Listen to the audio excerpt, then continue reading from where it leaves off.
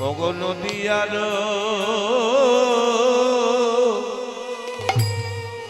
মাঝে গো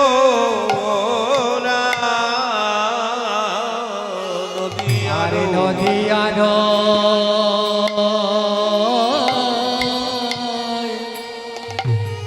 মাঝে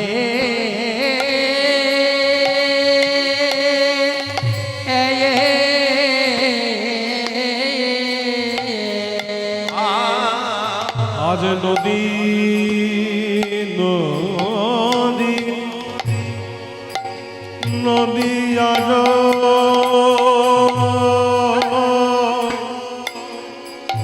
নদী আর মাঝে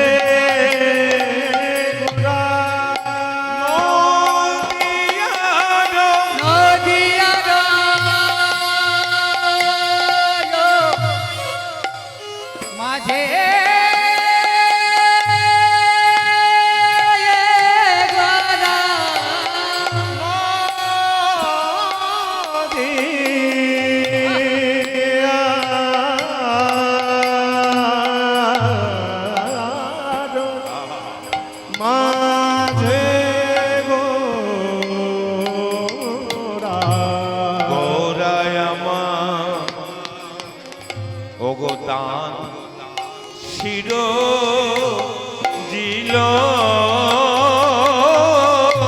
আরে নদিয়ার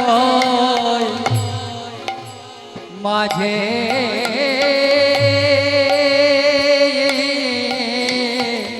নদিয়ার মাঝে গোরা দাওয়া আর দাহান শির জিল আমার গৌরাঙ্গ দানি আমার গৌরাঙ্গ দানি গৌরাঙ্গ দানে দয়াল শিরোমণি আমার গৌরাঙ্গ দানি আমার দয়াল শিরোমণি গৌরাঙ্গ দানে আমার গৌরাঙ্গ দানি আমার দয়াল শিরোমণি আমার দয়াল শিরোমণি দয়াল শিরোমণি দয়াল শিরোমণি দয়াল শিরোমণি দয়াল শিরোমণি আমার দয়াল শির দানি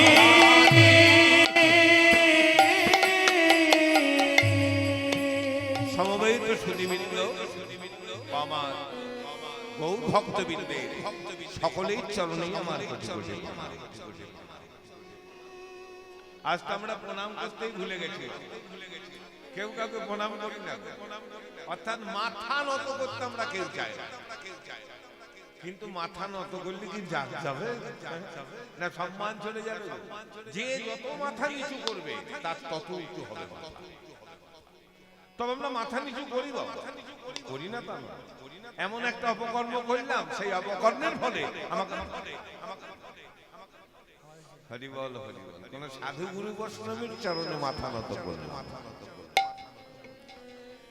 তা গৌর হরি আমার হচ্ছে বিনয়ের খনি, যেমন দয়াল শিরোমণি বিনয়ের খনি।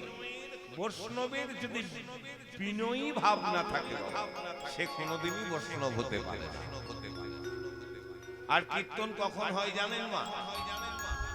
সাধ্য বাসরে বলুন আর হরিবাসরে বলুন, যাখানেই বলবে কীর্তন কখন হয় না, বহুত পুরিনের ফলে বৈষ্ণবয়া আসিয়া মেলে। বহুত ন ফলে বৈষ্ণবয়া সিয়া মেলে। বহুত পুণ্যের ফলে বৈষ্ণব শিয়া মেলে। বহুত পূর্ণ না করলে কিন্তু বৈষ্ণব তোমার বাসবে। ব্রাহ্মণ আসবে, পণ্ডিত আসবে, যোগী আসবে, ভোগী আসবে, কিন্তু বৈষ্ণব আসবে না। তাহলে বহুত পূর্ণ না করলে বৈষ্ণব আসবে, আর পূর্ণ না করলে কীর্তন হবে। তবে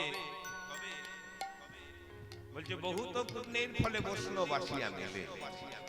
আপনার বাড়িতে কোনো আত্মীয় এসেছে, সে জিজ্ঞেস করবে, হ্যাঁ রে বাবার কি হয়েছিল, বাবা কি করে মারা গেল, তার ছেলে পিলে সব ভালো আছে তো, মানে সংসারের কথা জিজ্ঞেস করবে। কিন্তু বৈষ্ণব যদি আসে মা, সে কোনো সংসারের কথা জিজ্ঞেস করবে না। বলে যদি তোদের গ্রামে কারো ঘরে খোল করতাল থাকে নিয়ে আয়, তোর ওই হরিতলায় বসে বসে একটু হরিনাম। তাই বললেন বহুত পুণ্যের ফলে বৈষ্ণব আসিয়া মেলে। গৃহে হয় নাম সংকীর্তন, গৃহে হয় নাম সংকীর্তন, গৃহে হয় নাম সংকীর্তন। এই গৃহ প্রাঙ্গণে হরিনাম সংকীর্তন বৈষ্ণব না এলে হয়।